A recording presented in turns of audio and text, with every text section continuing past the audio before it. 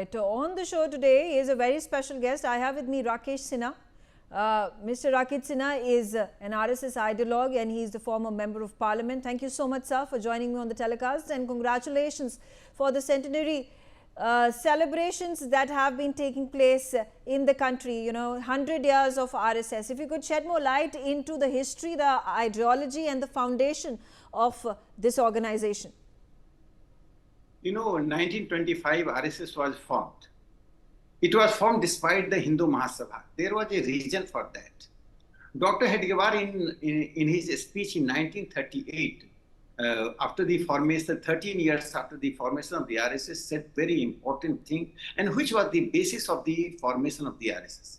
In 1938, in Pune, he was addressing the Hindu Yuvak Parishad. He said, we had people, we had our resources, we had the kings and the states. Still, we had been the victims of the aggressors, not one, but multiple of times. India has been conquered by the aggressors and colonized by not only Britishers, earlier too. So what should be done so that in future India should not be colonized?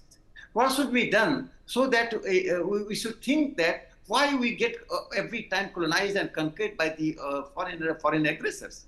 That was one of the reasons, and that the cardinal principle of the RSS has been three cardinal principles of the RSS. One, to organize people irrespective of caste, community, religion, and sects. Second, that reminding the glory of the legacy and the historical past. And third important thing which RSS mentions that creating the nationalist consciousness among the people. That nationalist consciousness should be irrespective of religion and caste.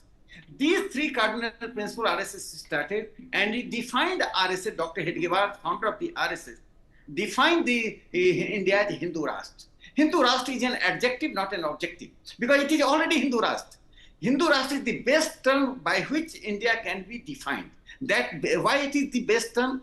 Because the legacy of India, represented by great philosophical literature like Veda, Ramayana, Upanishad, Smriti, all these things, are the heritage of India.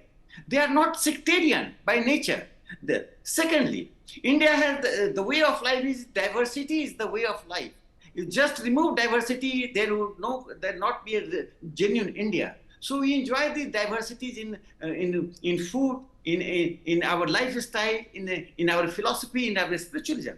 India is the only country where there is a spiritual democracy.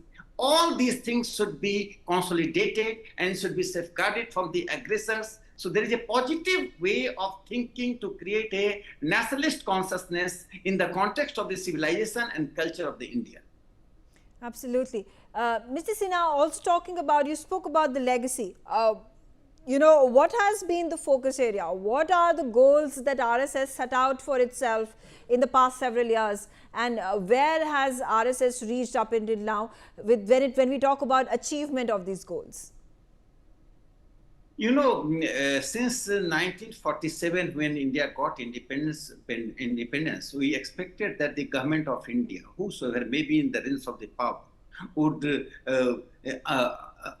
there will be progressive unfoldment of our legacies. I am giving one example. The Nehruvian state's character.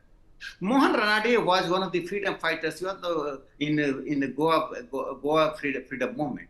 He was jailed by the Portuguese and he was deported to Portugal. Indian government freed almost 3,700 Portuguese, but there was no precondition to get back Mohan Ranade. This was the character of the newly government in New Delhi. There was change of the flag, change of the rulers, but there was no change of the philosophy of political philosophy. I am giving another example of Nehruvian state. Till 1967 to 70, the statue of Queen Victoria, Edward King, all the British rulers who are responsible for the Jallianwala Bagh, who are responsible for the killing of the thousands of the Indians and exploitation of India, they were celebrated.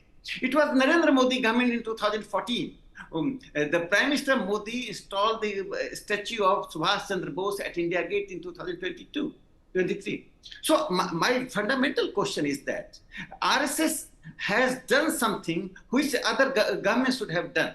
It has indoctrinated people, and I say it is a nationalist literacy of the people about their past. And the past is not confined to Mughal rule. It goes back thousands of years. So basic philosophy of RSS is not a nation state which was created in 1857 or 1947. It has thousands of years history. There is a continuity of culture. There is a continuity of civilization.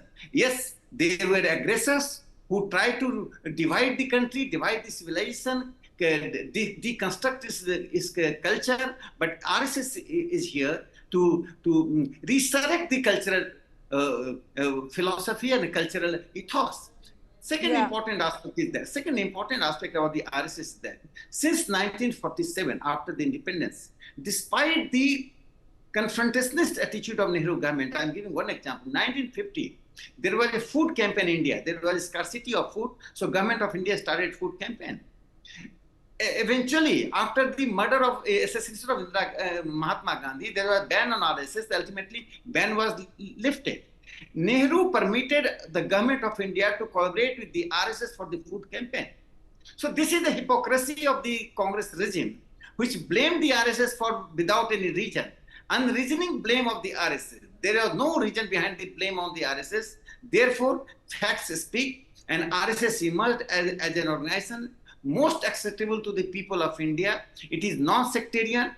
It believes that untouchability should go. It is the only organization, as Prime Minister today mentioned in his speech, that RSS is the only organization which fought against the untouchability in a very organized manner. And Mohan Bhagwat ji has given a goal that to ek kuan, ek samsan or ek mandir. So this is a goal. And Bala Saheb Devraj, third Sarsang Chalak said, कि if untouchability is not a sin, then nothing is sin in the world. Today, Prime Minister himself quoted both the Sarsang Chalak, Bala Saheb Devraj ji and Mohan Bhagwat ji. So these are the facts on which RSS has been working. Therefore, the Congress and other people who are blaming RSS, they should reintrospect about their own positioning about the India's social philosophy, India's governance, and also their perspective of the past. Right. And finally, before I let you go, Mr. Sinha, I would like to know from you, what role has the RSS played in defining the politics of the country? You know, RSS does not participate in politics, but any organization which belongs to the Indians, they are all Indian citizens. We work in culture, we work in the society. There are 1,70,000 services project going on by the RSS. Maybe I am giving a wrong, I am giving a data of the 5 years ago. I think it must be 1,90,000. There are Ekal Vidyalaya. The schools run by the RSS in the remotest area, in tribal area.